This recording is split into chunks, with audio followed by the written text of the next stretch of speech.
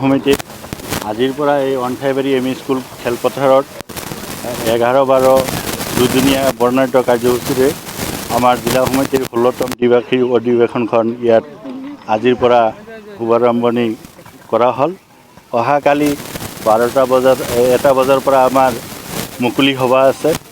ৰাতি আমাৰ delegate meeting আছে, যিখনত আমাৰ নতুনকৈ জিলা সমিতিখন গঠন কৰা হ'ব।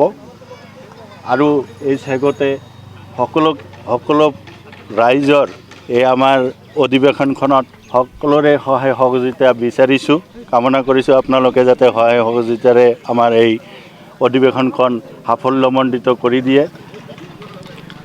আৰু আজিৰ কাৰ্যসূচী আমাৰ পতাকা উত্তোলন ইতিমধ্যে হৈ গৈছে, শ্বহীদ তৰ্পণ, তাৰপিছত বৃক্ষৰোপণ, ইয়াৰ পিছত আছে আমাৰ ডেলিগেট মিটিং, প্ৰতিনিধি পঞ্জীয়ন আছে, তাৰপিছত কাৰ্যনিৰ্বাহক সভা আছে। তাৰ সৰ্বশেষত আমাৰ যিটো প্ৰতিনিধি সভা, বিষয় বাছনি সভা, এইটো আমাৰ আৰম্ভ হ'ব ৰাতি। হয়, আপোনালোকে জানে বৰ্তমান পৰিস্থিতিত আমাৰ যি সংখ্যালঘু ৰাইজৰ যি পানীত হাঁহ নচৰা অৱস্থা, এনেকুৱা এটা পৰিস্থিতি আমাৰ এইখন চৰকাৰে কৰি পেলাইছে।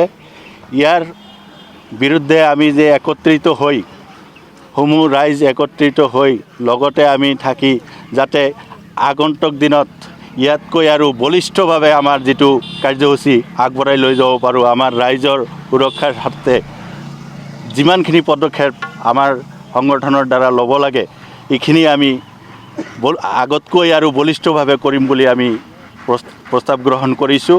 আমাৰ সমাজত বাল্য বিবাহ যিটো ইতিমধ্যে আপোনালোকে জানে চলি আছে, এইবিলাক যাতে আমাৰ সমাজত আৰু দুনাই সোমাব নোৱাৰে, তাৰ কাৰণে আমি প্ৰচেষ্টা হাতত ৰাখিম। তাৰ লগতে আমাৰ যি যিটো শিক্ষা নহ'লে আমাৰ কোনো গতি নাই। প্ৰত্যেকটো ঘৰে শিক্ষা নহয়, এইটো আমাৰ খালি শিক্ষা হ'লেই নহ'ব, পাছ কৰিলেই নহ'ব, এইটো গুণগত শিক্ষাত আমি পৰিণত কৰিব লাগিব।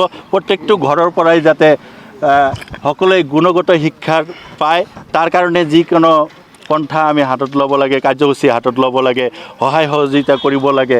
আমি ৰাইজৰ পৰা ভিক্ষা খুজি হ'লেও আমাৰ ছাত্ৰ ছাত্ৰীখিনিক আমি যিখিনি সহায় সহযোগিতা কৰিব পাৰোঁ, আমাৰ তৰফৰ পৰা যিখিনি আমাৰ কৰিবলগীয়া আছে, আমি প্ৰচেষ্টা হাতত ল'ম। দেখা গৈ আছে যে সংখ্যালঘু অঞ্চলত, বিশেষ কৰি সংখ্যালঘু অঞ্চলত হয়, ইতিমধ্যে আমাৰ কেন্দ্ৰীয় সমিতিৰ পৰা নিৰ্দেশ জাৰি কৰিছে।